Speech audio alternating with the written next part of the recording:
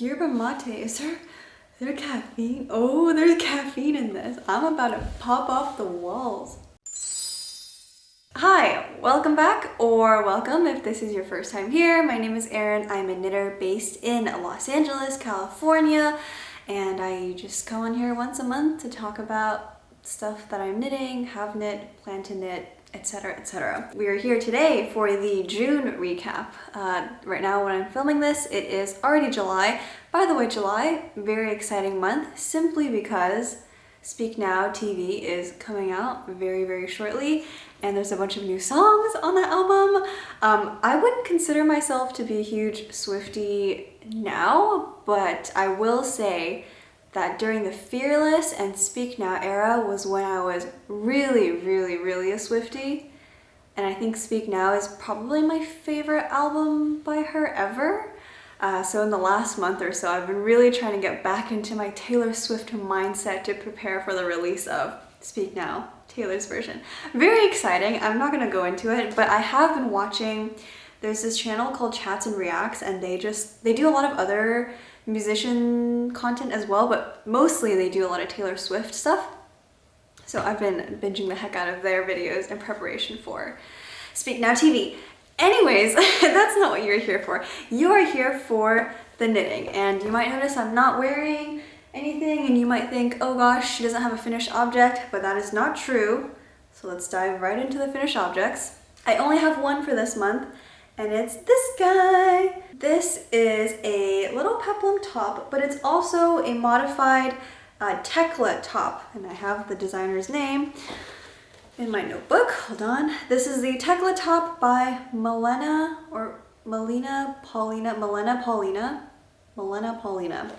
I think that's her name. Photo up on the screen so you can see what the photo looks like. And I want to talk through this first before I try it on for you, because usually I just wear it for you guys so you can see how it wears and stuff. But there's some stuff, like some details in the back, that I wanted to talk through first, and then I'll do a wearing thing so you can see how it wears. And then I do have like multiple ways of potentially styling this, so we'll see which way I like it the best. But okay, I have been seeing peplum tops all over my Instagram feed recently, and even my Pinterest. Not just in the knitting community, I think like maybe fashion-wise peplum tops are coming back too. I don't know, but I really wanted to make a peplum top on a whim. I don't usually wear peplums because I think that like shape of clothing doesn't flatter me super well. I like really cropped items, or I tend to prefer cropped items, and I just think peplums, because they flare out at the waist, it's a little tough for me to style because it just doesn't go along with my personal style. But regardless, on a whim, I decided to cast on the Tekla top, mostly because I like the little ruffles, and I figured the top itself originally isn't really a peplum. It's like a loose flowy tank top, which is really cute too, but I modified it to be a more peplum shape. So let's, first we'll do general sort of information. I actually have a notebook now where I've written down details. So I made this in a size 2. Size 1 had a 70 or 71 centimeter circumference bust, and I am in between 1 and 2, so I decided to go up to size 2.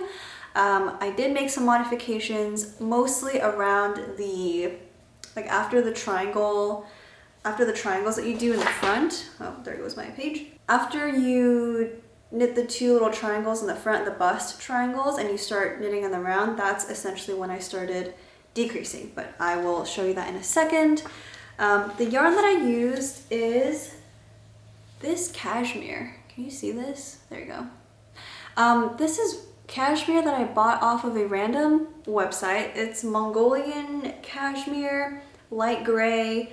I will link the website that I got this from below, but it's like just a random website that sells cashmere at a discounted price, and then I got really curious one day and I purchased 4 balls of these. When I was knitting this top, I held that yarn double to make gauge. And did I write gauge? Gauge is 25 stitches, 35 rows in 3.5 millimeter needles, or US size 4 needles. Okay, I'm trying to be better at giving you like all the the details and like the typical info that you need. A little bit more about this yarn. This is a super light fingering weight yarn. It doesn't actually say like the stitch gauge here on the back, and I have to Google it every time. But this is a super light fingering yarn, so I did have to hold this double to meet the 25 stitch gauge. And I also held it with, you know how sometimes for cashmere it comes with a reinforcement thread spool?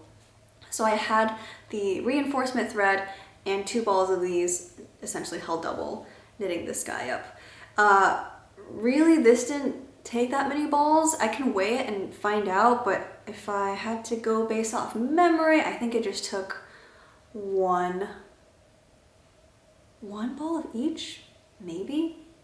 I'm gonna weigh it, hold on. I'm gonna get a scale. Yeah, this is 100 grams exactly. So that means that I used exactly 2 balls of this and I was holding that double. So yeah, hopefully that makes sense.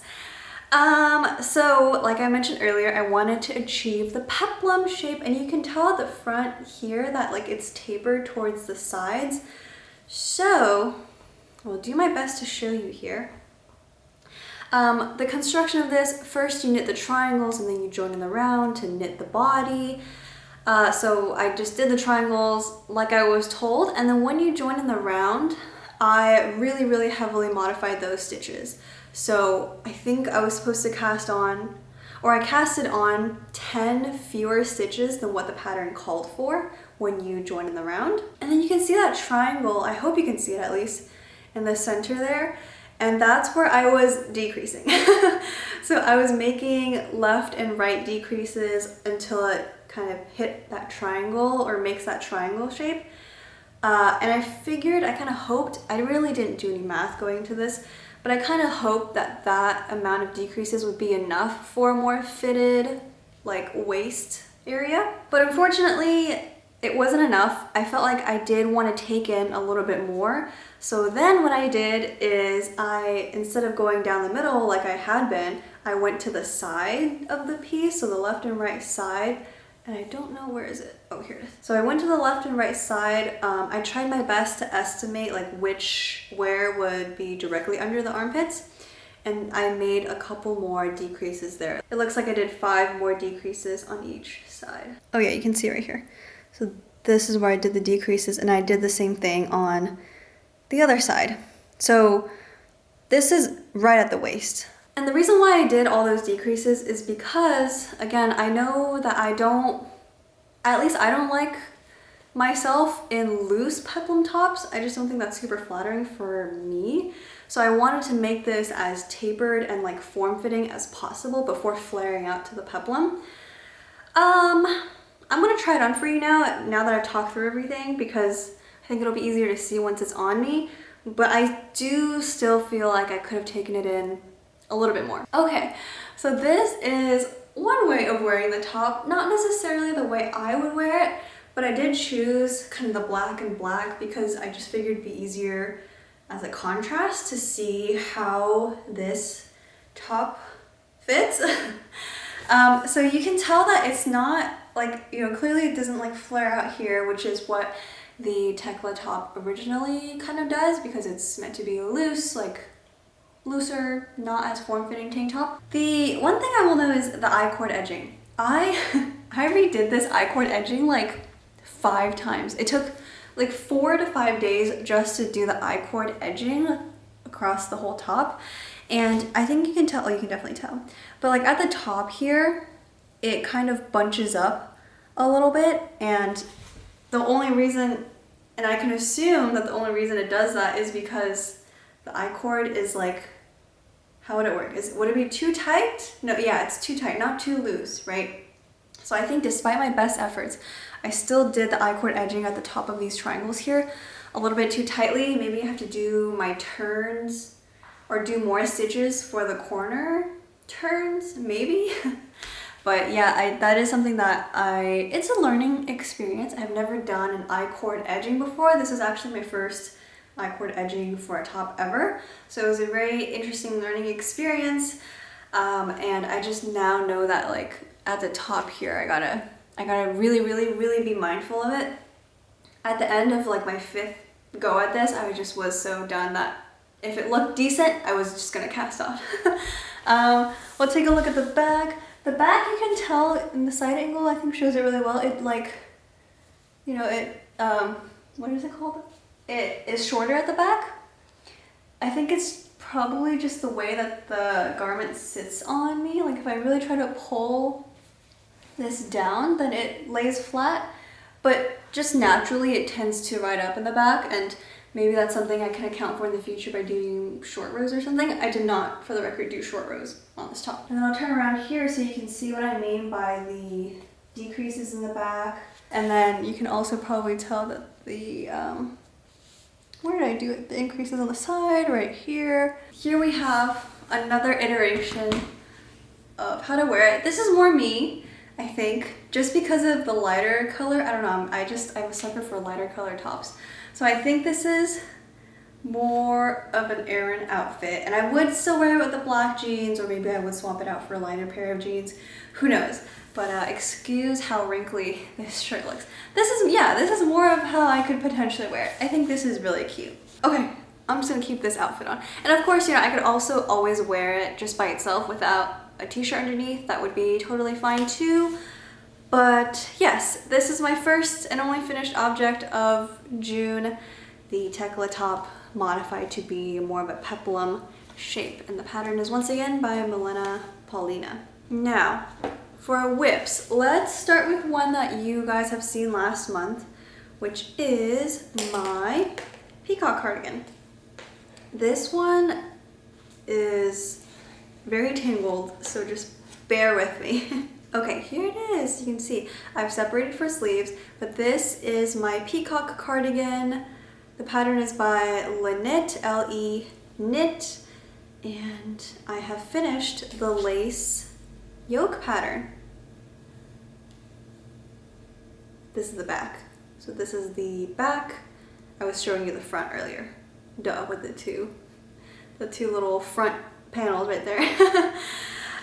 So yes, once again, I've separated for sleeves. I've knit like barely anything. This is under the armpit. And now it's just knitting back and forth in the flat, or knitting flat stockinette. So it's a little bit painful. And I'm still on my first 100 grams. So that's what this guy is. It's not too much left of it actually. So this is where most of the first 100 grams has gotten me. It's pretty far. So honestly, I think another 100 grams, maybe a little bit more beyond that, but that's all I'm gonna need for this. So it's pretty cool, pretty cool. What needle size? I'm knitting this on 3.75 millimeter needles, and it's going very, very slowly. You might remember from last month, but I mentioned that I am timing myself on how long it takes to knit this cardigan. Not in the sense of like timing myself and how quickly I can go, just in general, more out of a curiosity to see how long something like a cardigan, a lace cardigan, will take me. And so far it's been 18 hours. 18 hours to get me to here. Oh yeah, that is a lot of work. Granted, it is also my first time doing any sort of lace work on a garment. Although again, granted, it's very simple lace on this, but man, there were many times where I had to rip back a couple of rows because I messed up on something in the lace, you know, a couple rows down. And I still have a lot of mistakes in here, but I am kind of filming my whole process of making this cardigan, so keep an eye out for that video whenever it's available. Probably not for another couple of months considering the snail's pace I'm going at here, but that's going really well. The yarn is the Fibre Cumbria fingering. It's a 10% merino, 90% wool blend. I'm pretty sure that's the composition. So very warm, and the yarn is a fingering weight yarn. And then I have one new whip that I have not told you guys about yet in any previous videos, and that's because I was accepted for my first test knit. Whoop, whoop. I am test knitting the Drawstring Cami top for Another Knit. You probably have seen her patterns around, but she has very cute summery patterns, And in particular, I really want to knit one of her patterns called Another Open Back Top. It's like a long sleeve open back with a tie at the bottom. Top looks stunning, but I did see that she had a call for testers for her Drawstring Cami, which is coming out in a couple of weeks. I still have another 2-ish weeks to complete my test knit, and I don't want to give too much away, but I mean, I'll have the photo of the pattern up on the screen, and I'm knitting it in this beautiful deep red color. Let me tell you what this yarn is actually. So the yarn is Madeline Tosh Twist Light in the colorway Tarte. This is a fingering weight yarn. Gauge is 26 to 30 stitches on 2.25 through 2.75 millimeter needles. I'm using a 2.5 millimeter needle to knit this guy up. It is knit in the flat. It's 1x1 rib in the flat, and there's 2 different panels, and eventually it all gets seamed together. But I'm so close to finishing up this panel right here, and then once that's done, I think I can get into the real fun part of the pattern, which is the seaming and then kind of joining in the round and doing the straps, and then doing the drawstring as well, and then I'll be done. I think the most tedious part is just knitting flat 1x1 rib, like forever it feels like. This has been my main priority this month, and honestly I haven't really had time to knit a lot this month. It's been a very crazy busy month for me, but I'm just glad that I don't know, I'll get a cute like summer top out of it in a couple of weeks. I'll be done with it. So, oh, and one more note about the yarn. The fiber content is 75% superwash merino and 25% nylon. So it really is more of a sock yarn, but I just wanted a fingering weight yarn that would meet gauge and would be a fun color. Just imagine this as like a top. So cute. Love this color. Love it a lot. Moving into the next section of this video, I have made some purchases.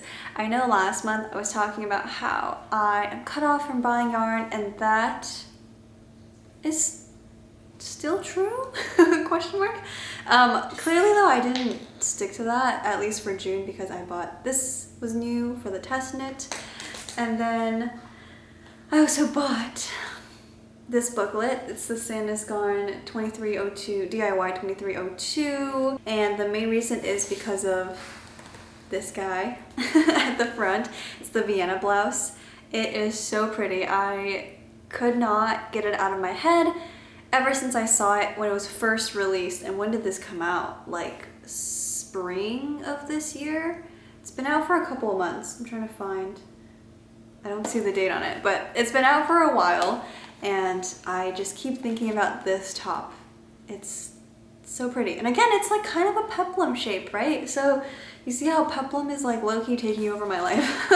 I mean, there are some other patterns in here that I would love to make. So this zipper dress is one of them. I actually want to make the zipper sweater more, but that's in a different booklet, and I don't know if I want to spend that money right now. And then there's also, you've probably seen this on Instagram, but the Abby sweater, Abby Genser. Actually, I'll do the first photo. This one. Yeah.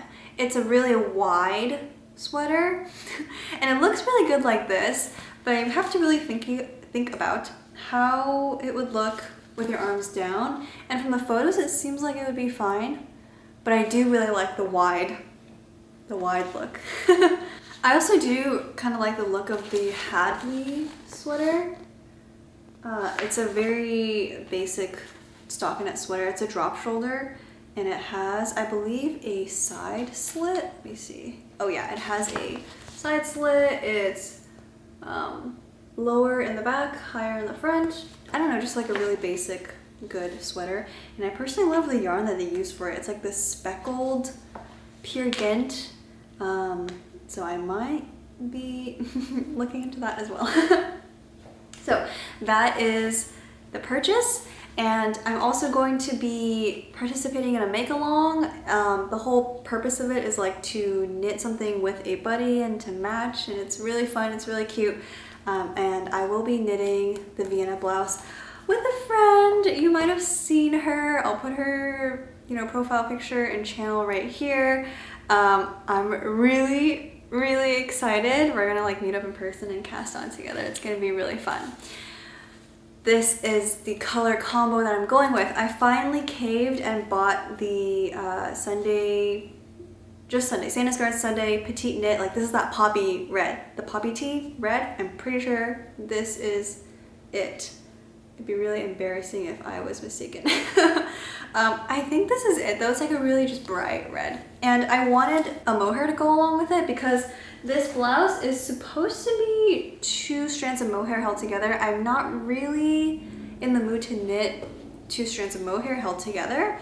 Mostly because I've done that once with a sweater and it was kind of a pain, so I don't want to do it again. So I figured I'll just go with fingering weight and then a mohair and then hold it together, and then I probably need to go up a needle size to hit gauge, but honestly that's okay. And I'm going with orange for the mohair. They didn't have the exact like orangey red mohair in the store that I was at, but they had this orange. And I figured it would be really, it's close enough in my opinion. I think these held together, it'll be fine. It'll all work out in the end. I don't tend to gravitate towards orange is my main concern. And I think it'll look fine on my skin tone. But we will find out. Like that, I don't know. I think that's one of the joys of knitting is you can play around with color. Okay. I have 2 more items here that are not purchases, but I did finally make it into my local library and check out their knitting section because I just kind of assumed that it would be a treasure trove of untapped potential. And what do you know? Go to your local library, guys, because it really was. I got this book, Knitted Animal Friends. Isn't this cute? I figured since I have a lot of scraps of fingering weight yarn now, I could actually make some of these.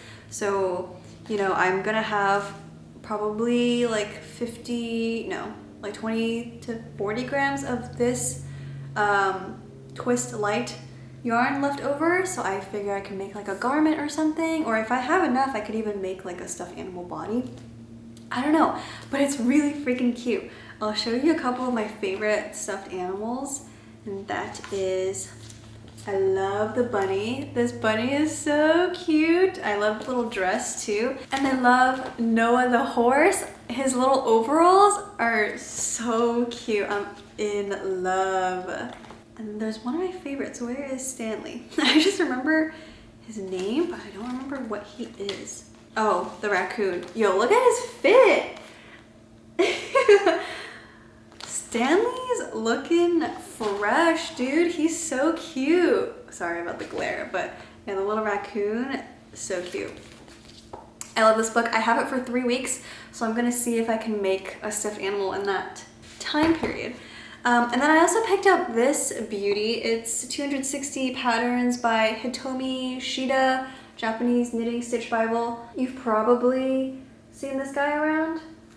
I almost bought it on Amazon, but then I'm really glad that I held off because now I get to read through it because it's at my library. And honestly, I don't really know what I want to do with this except flip through it and just like test out some stitch patterns.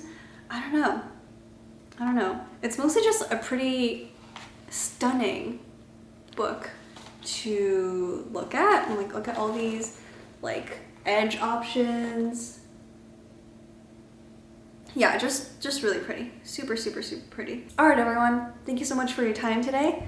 I hope you enjoyed this video, and I will be back next month, I think. Oh, I might not be back next month.